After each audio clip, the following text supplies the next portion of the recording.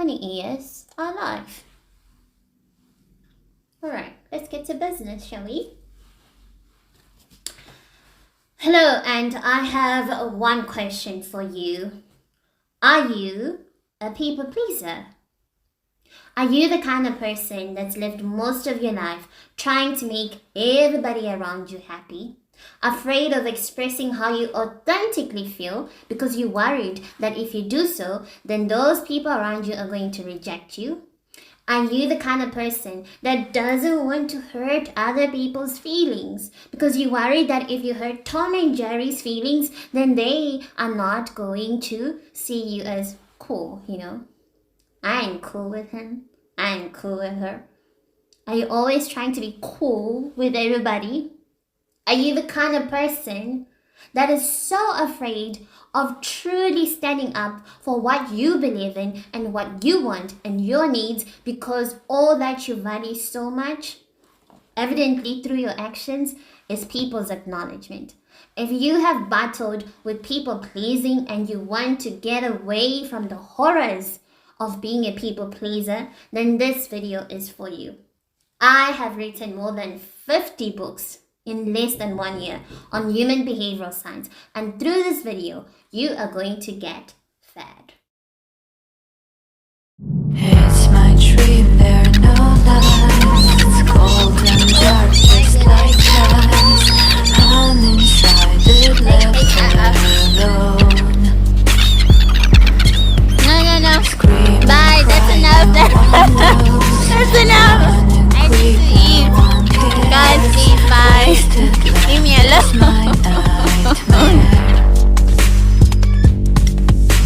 1, 2, 1, time to run. 1, 2, 1. Alright, so now let's take some time to deeply understand what is the psychology behind being a people pleaser. I am a ghostwriter and I've written more than 50 books on human behavioral science, and through this video I definitely know that you are going to get massive insights that are going to propel you forward into taking steps that will help you to no longer be a subscriber to being a people pleaser. Right. So a people pleaser is essentially someone that is constantly trying their best to please other people in order to gain validation. So even if they don't necessarily agree with something or don't want to do something, they will still do it anyway. They will still pretend like they agree with you and believe in what you're saying, because all that they care about in that moment more than anything else is, I need to make this person happy. But why? So it's all rooted in trying to get acknowledgement, being afraid of abandonment and rejection. It all trickles down to childhood trauma. So if you think about it, when we are children, you're essentially dependent. You can't really tend to yourself. You need the help of the adults around you to look after you. And if you authentically show up as who you really are, and then the adult that's taking care of you doesn't like that person that you appearing as, you start to learn to be extra, observant of, okay, so what does this person want?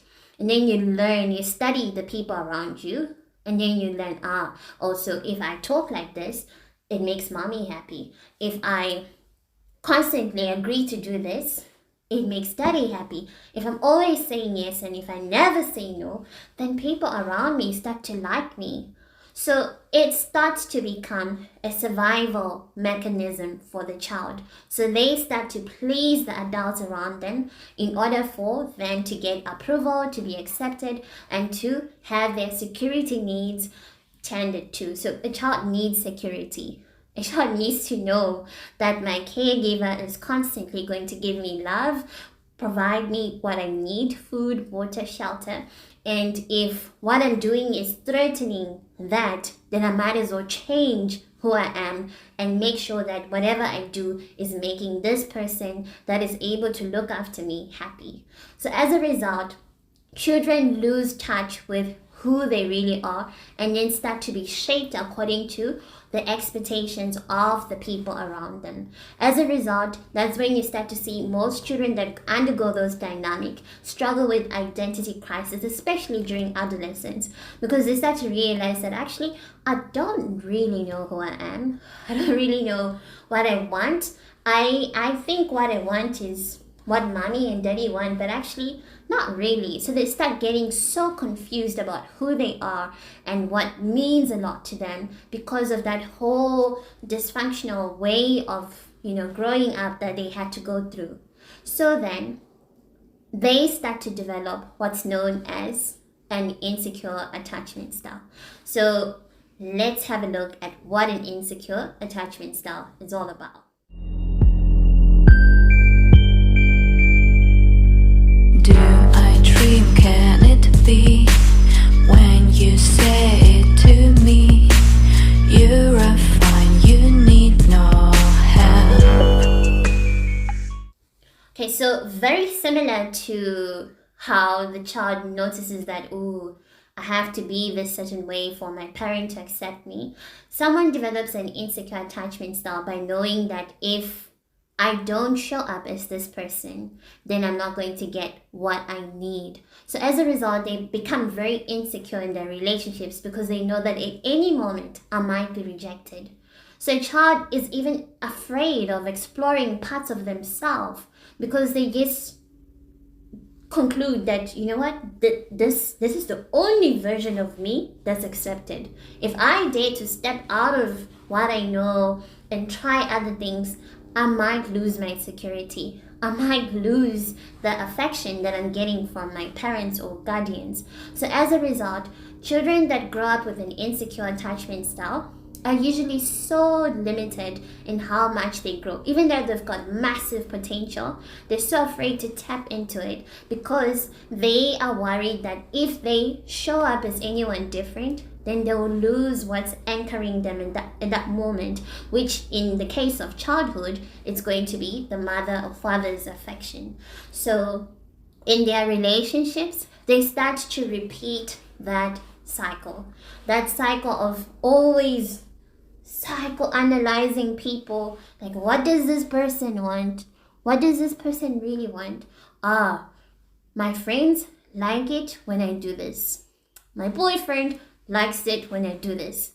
If I don't do this, or if I show them this side of myself that I am, then they get angry. Then they start to reject me. So that person's relationships become formed according to the expectations of other people. They start to basically dance to the tune of whatever the people in their lives are playing. And then they don't actually live a life which is authentic to what they believe in and to what they can potentially create for themselves. So your life starts to feel like, I've actually never really lived my life.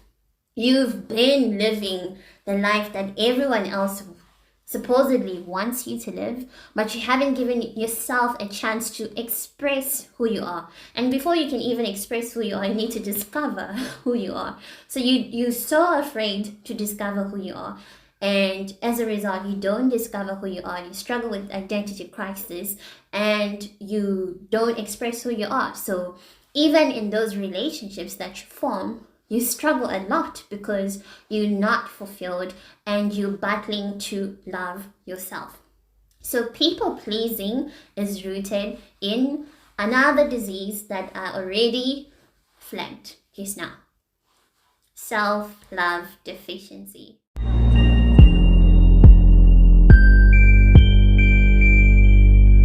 Do I dream, can it be?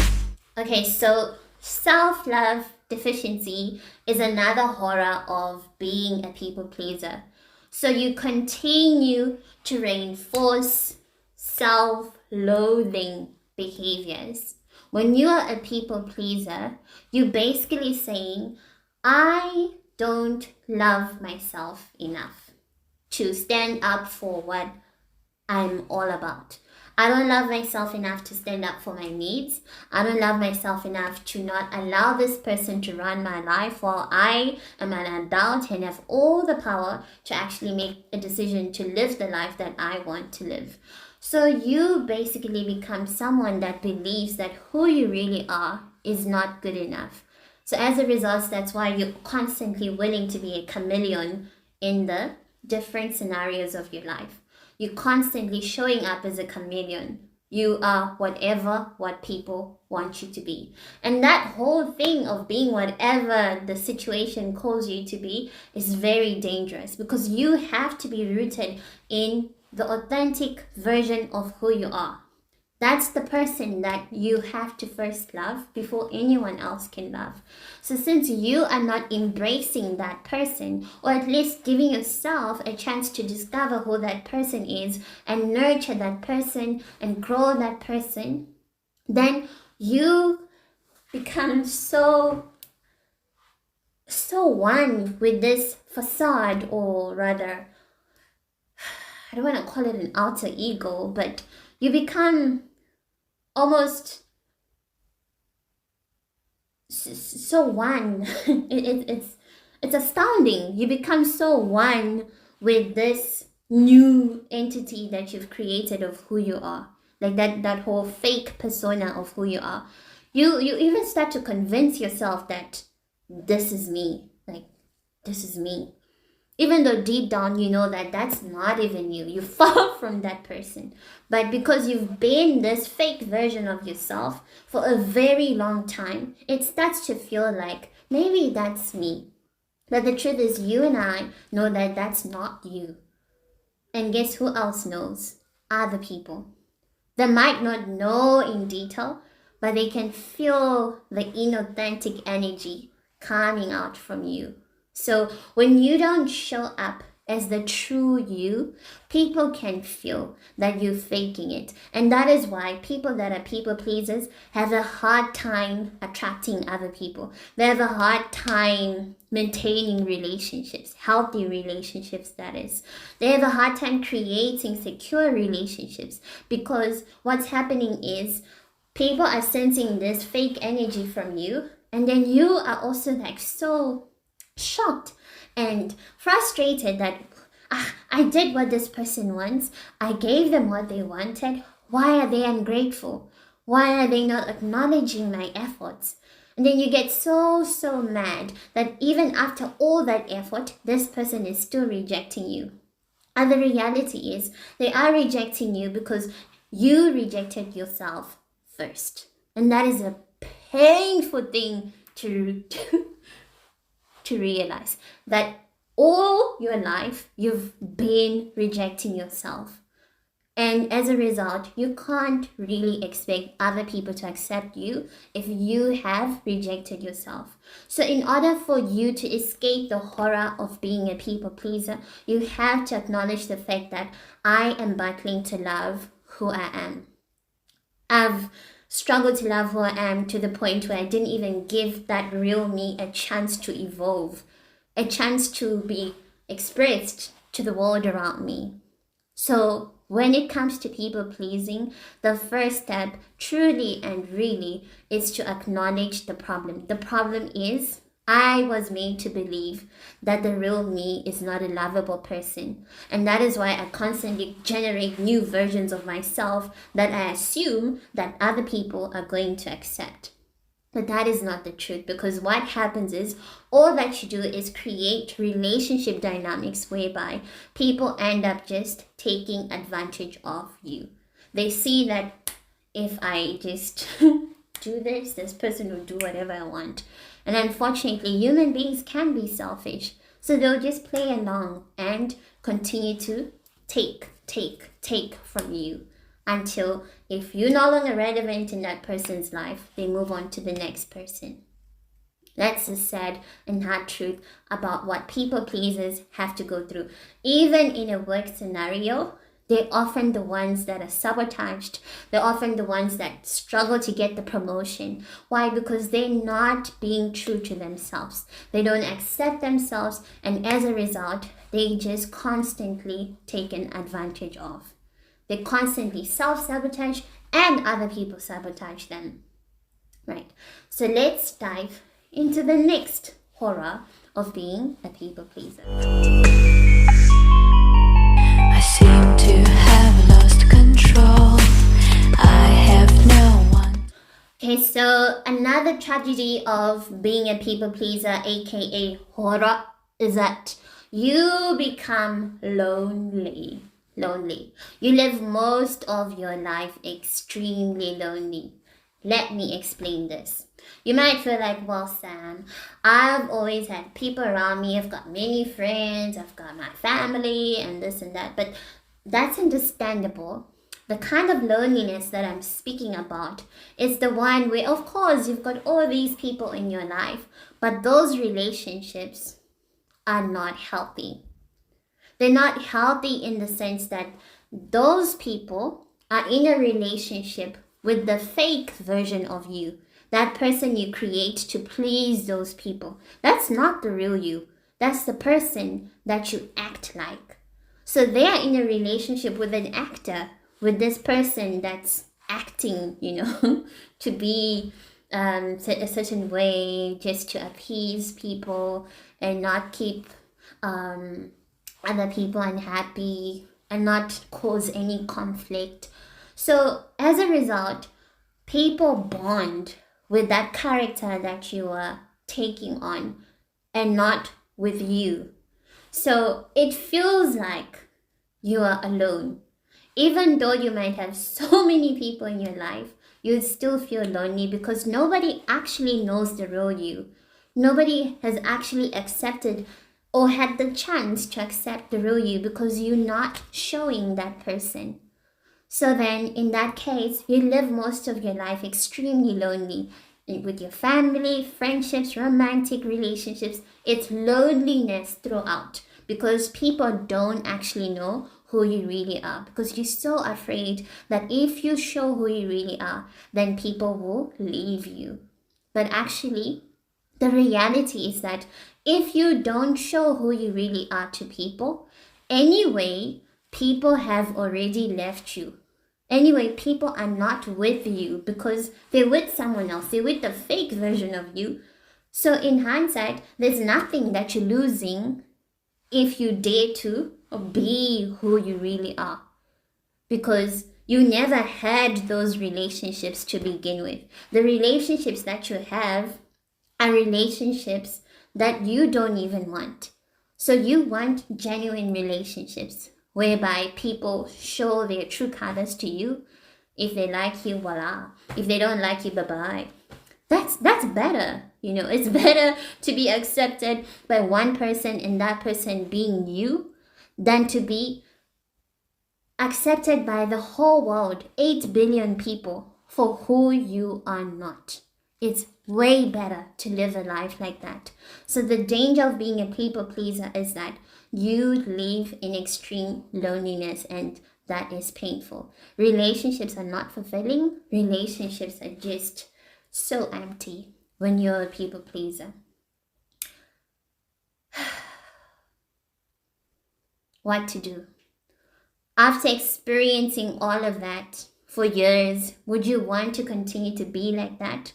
And someday you will be a parent, perhaps you're already a parent. Would you want to transfer that mode of thinking and that way of living to your kids? Because your kids are observing you. So if you don't fight this people-pleasing disease, guess who's going to struggle with that next? Your kids are going to. So anyway, now that we've clearly identified the problem, let's dive into the fun part. Solutions.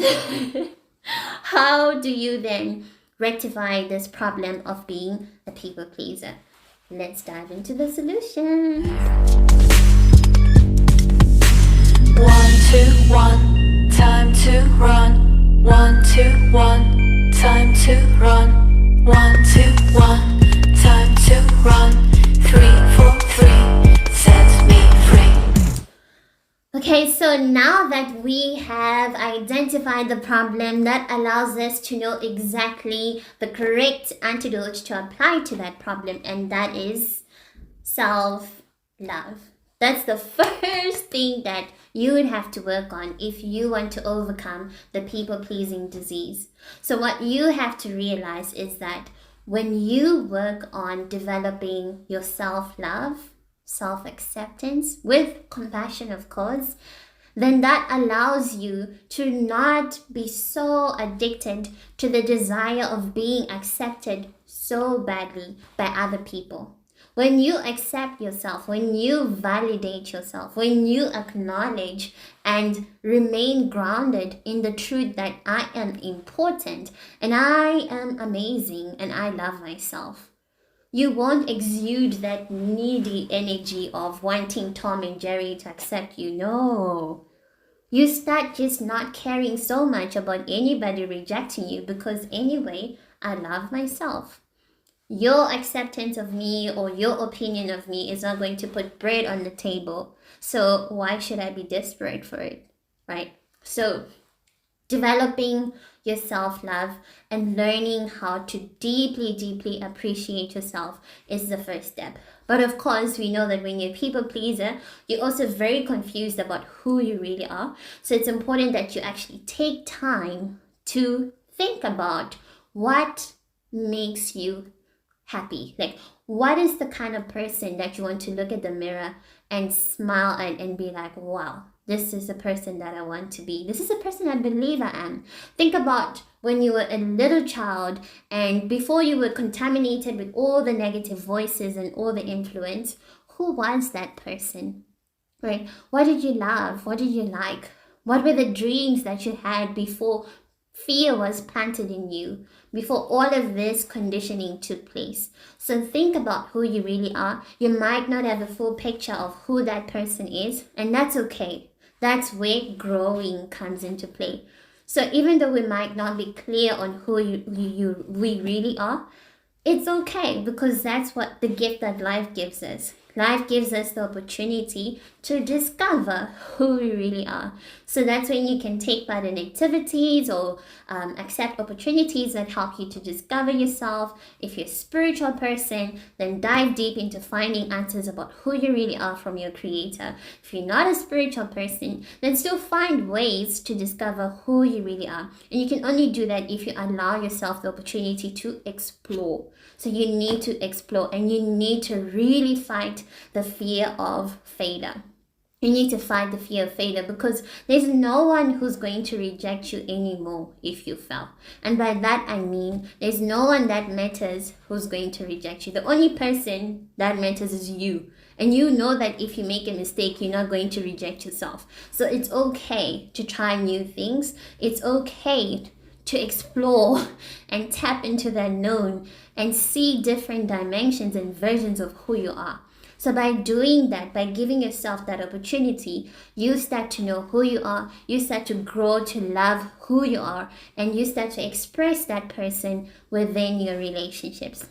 So loving yourself also means that you have to start showing up in authentic ways within your relationships. You have to be who you really are. You don't have to continue to be a yes man. When there's a no that you need to say, then you need to make sure that people understand that you don't want to do something. And if they're unhappy, it's okay. Let them feel uncomfortable. It's better to not have temporal comfort, but a quality relationship in the long run. So sometimes we're afraid of making people feel bad about themselves simply because we think that I don't want I don't want this person to feel some type of way. But actually what you're doing if you don't engage in those conflicts is that you are depriving that relationship an opportunity to grow into quality relationships. Quality relationships are developed from people having the courage to honestly express who they really are to each other. But if you're not going to give your friend, your mother, your family partner that opportunity, then that relationship will always be shallow. So you have to work on not being afraid of conflict. So your fear of conflict has to be confronted, and that allows you to no longer be a people pleaser.